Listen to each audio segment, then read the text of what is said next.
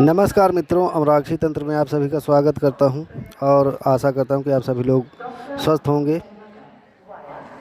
आज की जो जानकारी है वो तंत्र मंत्र से पीड़ित लोगों के लिए है और जो साधना कर रहे हैं और साधना में सफलता नहीं मिल रही है, बार बार उनकी साधना जो है खंडित कर दी जा रही है। तो उस विषय पर ये जानकारी लेकर के आया हूँ कि बार बार अगर आपकी साधना खंडित हो जा रही है तो उस खंडित हुई साधना के द्वारा भी आप कैसे आगे बढ़ सकते हैं, कैसे साधना को कर सकते हैं। बार बार जो साधना खंडित कर रहा है कोई भी प्रेत पिशाच, तो आप उससे कैसे पार पा सकते हैं, कैसे आपकी साधना आगे बढ़ कर के सफल हो सकती है और कैसे आप सिद्ध हो सकते हैं। तो चैनल पर अगर नए आए हैं तो चैनल को सब्सक्राइब कर लीजिए और बेल आइकन दबा लीजिए, ऑल पर क्लिक कर लीजिए ताकि जो भी जानकारी मैं डालूँ वो सबसे पहले आप तक पहुंचती रहे। कई बार क्या होता है कि जब लोग तंत्र मंत्रों से बहुत ज़्यादा पीड़ित हो जाते हैं और कोई चारा नहीं बचता है तो फिर इंसान ये सोचता है कि अब कोई ऐसा मार्ग मिल जाए, कि कोई ऐसा व्यक्ति मिल जाए जो कि हम ही को बता दे, तो हम ही कोई देवी देवता सिद्ध कर ले खुद से, अपने से। क्योंकि आजकल कोई किसी को सिखाना नहीं चाहता और सिखाना भी अगर चाहता है तो उसकी कीमत भी चाहिए होती। पहली बात तो कोई ध्यान ही नहीं देता है और कीमत भी चाहिए तो फिर बहुत हाई लेवल पे चाहिए, जो कि एफर्ट नहीं कर पाते हैं। तो ऐसे में एक ही मार्ग रह जाता है कि अगर हमें भी अच्छे से रहना है तो कई लोग कई जगह दिखा भी चुके, कई जगह सब कुछ कर चुके, लेकिन सही हुआ नहीं, या सही हो भी जाता है तो थोड़े समय के लिए सही होता है और उसके बाद फिर से उसी प्रकार से हो जाता है। तो ये परेशानियां बहुत चरम सीमा तक पहुंच जाया करती हैं। तो ऐसे में लास्ट चारा एक यही बचता है कि अगर कोई हमें भी बता दे तो ना हो तो हम ही जो है सिद्ध करके, हमारे पास भी कोई ऐसी पावर हो जाए तो हम ही उसको सिद्ध कर लें और जितनी भी परेशानियां हैं हमारी तंत्र मंत्र जादू टोने से संबंधित, तो वो सब ख़त्म हो जाए। पर अब सवाल ये भी उठता है कि चलिए ठीक है, किसी ने बता भी दिया कि आपको कैसे साधना करना है, कैसे सिद्धि करनी है।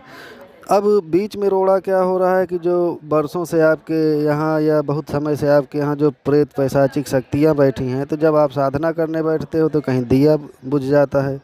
दीपक अखंड ज्योत जैसे जलाते हैं, अखंड ज्योत जलाया, आपके सामने बढ़िया जल रही है, आप माला जाप भी कर रहे हो, उसके बाद आप जैसे ही वहाँ से कमरे से हटते हैं, पता चला कि आधे 1 घंटे बाद या 2 घंटे बाद या 3 घंटे बाद वो ज्योत अपने आप बुझ गई, जो कि बहुत ज़्यादा अशुभ है। और यही सबसे बड़ा संकेत है कि साधना खंडित हो चुकी है आपकी।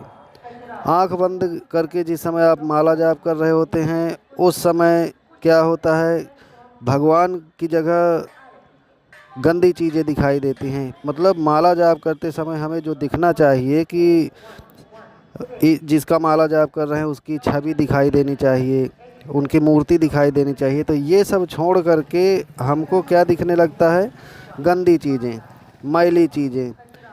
तो वहाँ से भी आप ये समझ सकते हैं कि साधना हमारी खंडित हो चुकी है।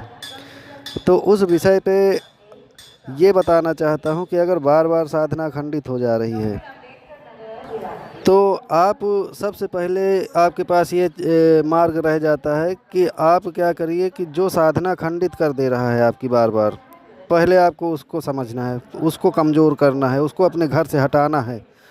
तो उसको कैसे हटाएंगे आप?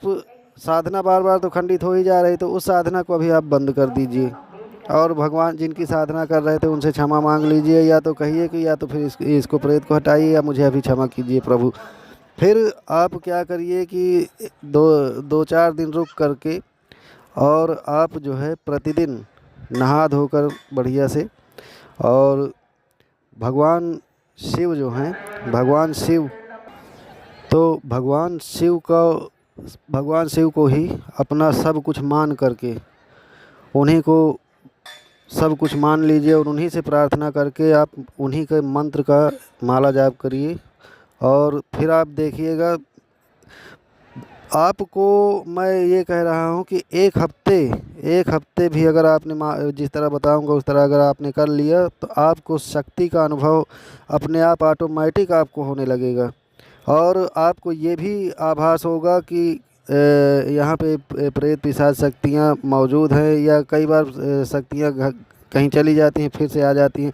मतलब आवाजाही जो होती है उसका भी आपको अनुमान ऑटोमेटिक लग जाएगा कि आपको सहज ही पता चल जाएगा कि अभी अभी कोई शक्ति आई। और ये भी आपको समझ में आ जाएगा कि ये अच्छी शक्ति है या बुरी शक्ति है।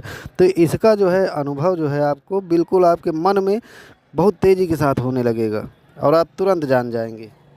तो आपको ज़्यादा कुछ नहीं करना है, सिर्फ 11 माला भगवान शिव के मंत्र का करना है प्रतिदिन। अगर सुबह शाम 11 माला कर सकते हैं तो और बेटर है, नहीं एक टाइम सुबह कीजिए चाहे शाम को कीजिए 11 माला, और बढ़िया धूप दीप जला करके माला जाप करिए। भगवान शिव का मंत्र बता दे रहा हूँ, उसमें सभी लोग जानते हैं नमः शिवाय मंत्र। इसमें आपको ओम नहीं लगाना है क्योंकि पंचाक्षरी मंत्र 5 अक्षर का जो माना गया है, तो नमः शिवाय ये है मंत्र। तो इस मंत्र का सिर्फ आपको नमः शिवाय नमः शिवाय नमः शिवाय नमः शिवाय नमः शिवाय ओम नहीं लगाना है। इस मंत्र का 11 माला जाप करिए, जितनी भी प्रेत पिशाचिक शक्तियाँ सब कमज़ोर होकर धड़ाम हो जाएंगी।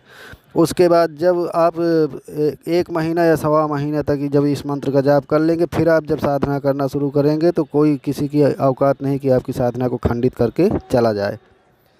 तो आशा करता हूँ कि ये जानकारी आप लोगों को पसंद आई होगी। मिलते हैं अगले वीडियो में नई जानकारी के साथ। चैनल को अगर अभी तक सब्सक्राइब नहीं किए हैं तो सब्सक्राइब कर लीजिए, अगर मेरी जानकारी आपको प्रॉपर चाहिए तो। जय माता की।